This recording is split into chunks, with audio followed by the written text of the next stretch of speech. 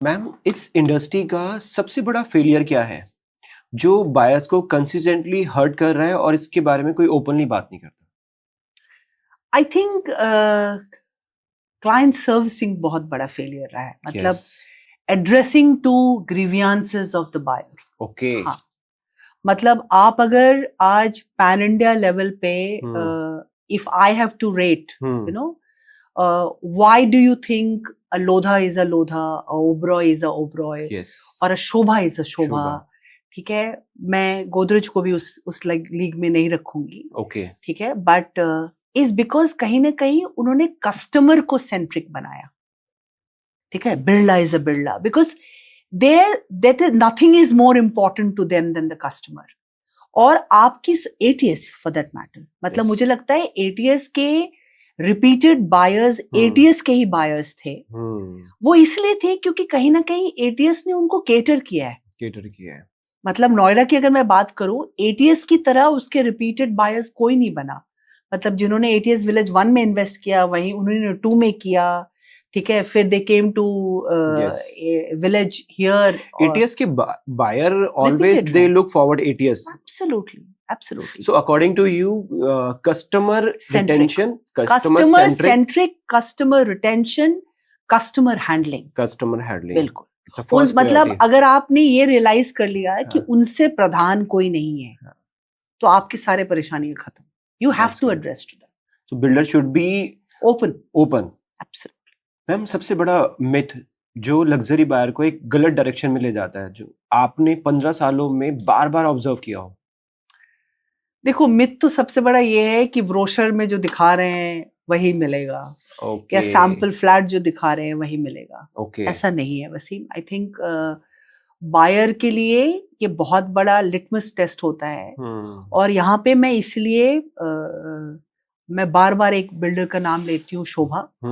Because I think the concept of a sales gallery, okay. जहाँ पे वो अपने प्रोडक्ट को शोकेस करते थे कि वो एक अपार्टमेंट में कौन सी टाइल लगाएंगे, कौन सा हैंडल लगाएंगे, कौन सा फ्रेम लगाएंगे, वही एक बिल्डर था जो कंप्लीटली ये डे 1 पे क्लियर कर देता था कि ये चीज आपको मिलने वाली है. और ये होना बहुत जरूरी है, बहुत जरूरी, क्योंकि आप शो फ्लैट हमेशा ही बेस्ट बनाते हो. मुझे ऐसा लगता है कि ब्रोशर बनाने से पहले बिल्डर को सिविल गैलरी बनानी चाहिए, civil gallery, so that 100%. buyer can feel that 100%. future things कि भैया 100%. मुझे ये मिलने वाला है, 100%. मेरा घर इस तरह से बनेगा, इस बिल्कुल. मटेरियल से बिल्कुल बनेगा. बिल्कुल बिल्कुल. मतलब शोभा ने ये कल्चर आज से 15-20 साल पहले शुरू किया था सिविल गैलरी का, और वो सारा प्रोडक्शन खुद करते हैं. तो इसलिए आपको मार्बल कौन सा है, आपका लॉक कौन सा है.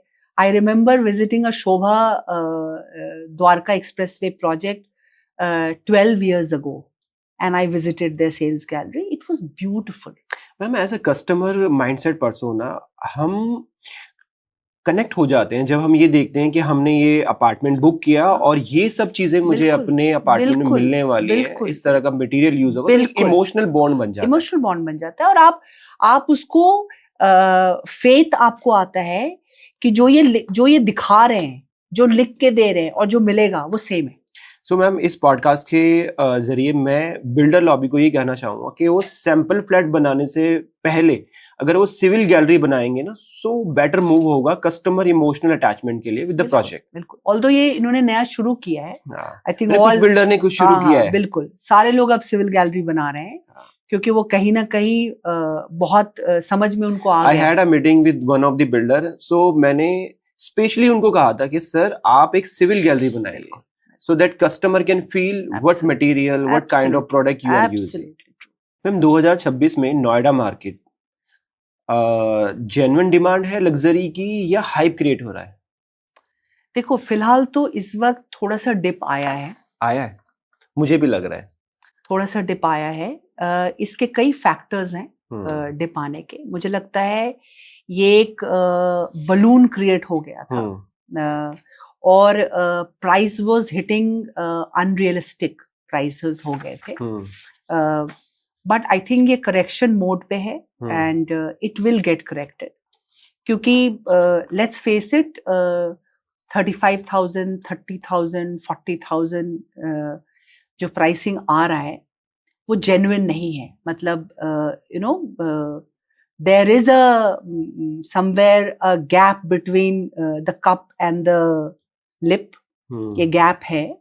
ठीक है, आप प्राइसिंग कुछ भी दे दो, बट प्राइसिंग अगर आपका माल बिकने के साथ हो तो वो रियलिस्टिक लगता है. But if you are not selling at that price and you are just creating a hype, that will not gain you some. So I think there is a dip in the market in terms of luxury, and ये correction mode पे है इस वक्त. It's on a correction mode. It means Noida luxury market से जाना जाएगा आने वाले टाइम में. 100%, क्योंकि ये वो मार्केट होगा वसीम जहां पे लोग पैसे बनाएंगे. और ये जो टाइम फ्रेज है 2026 से 2030 तक का, ये कितना इंपॉर्टेंट है मैम? बहुत इंपॉर्टेंट है, क्योंकि इसमें आप बहुत सारे चेंजेस देख रहे हो. फुल फ्लेजेडली जेवर ऑपरेशनल हो जाएगा, प्लस गवर्नमेंट के मेट्रो चलने लगेंगे. उसके बाद they are planning to increase the RRT line. फिर जो बस डिपोज हैं वो ऑपरेशनल हो जाएंगे. सो देयर इज, एंड जितने भी SCZ में इन्होंने अलग अलग कंपनीज को लैंड दिया हुआ है, उनके सेंटर्स ऑपरेशनल हो जाएगा. तो ये 4 साल बहुत वाइटल है. और इसमें there will be a real boom in the market. I am not denying it, absolutely, because you will have people moving into Noida. Ma'am, अगर किसी बायर को लग्जरी मार्केट में एंट्री करने से पहले किन किन बातों का ध्यान रखना चाहिए? कोई ऐसी 3 बातें जो बहुत केयरफुली बायर को ध्यान देना चाहिए when specially entering luxury market, luxury builder? Okay, पहला तो नेचुरली द डेवलपर.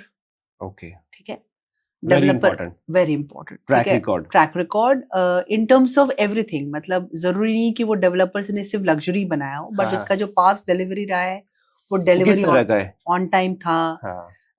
उसकी मार्केट इंटेंट क्या है, मार्केट क्रेडिबिलिटी क्या है, एक तो वो. दूसरा है आप किस लोकेशन पे ले रहे हैं. लोकेशन बहुत बड़ा मैटर करेगा कि आप किस लोकेशन पे ले रहे हैं. और तीसरा और most important is the pricing.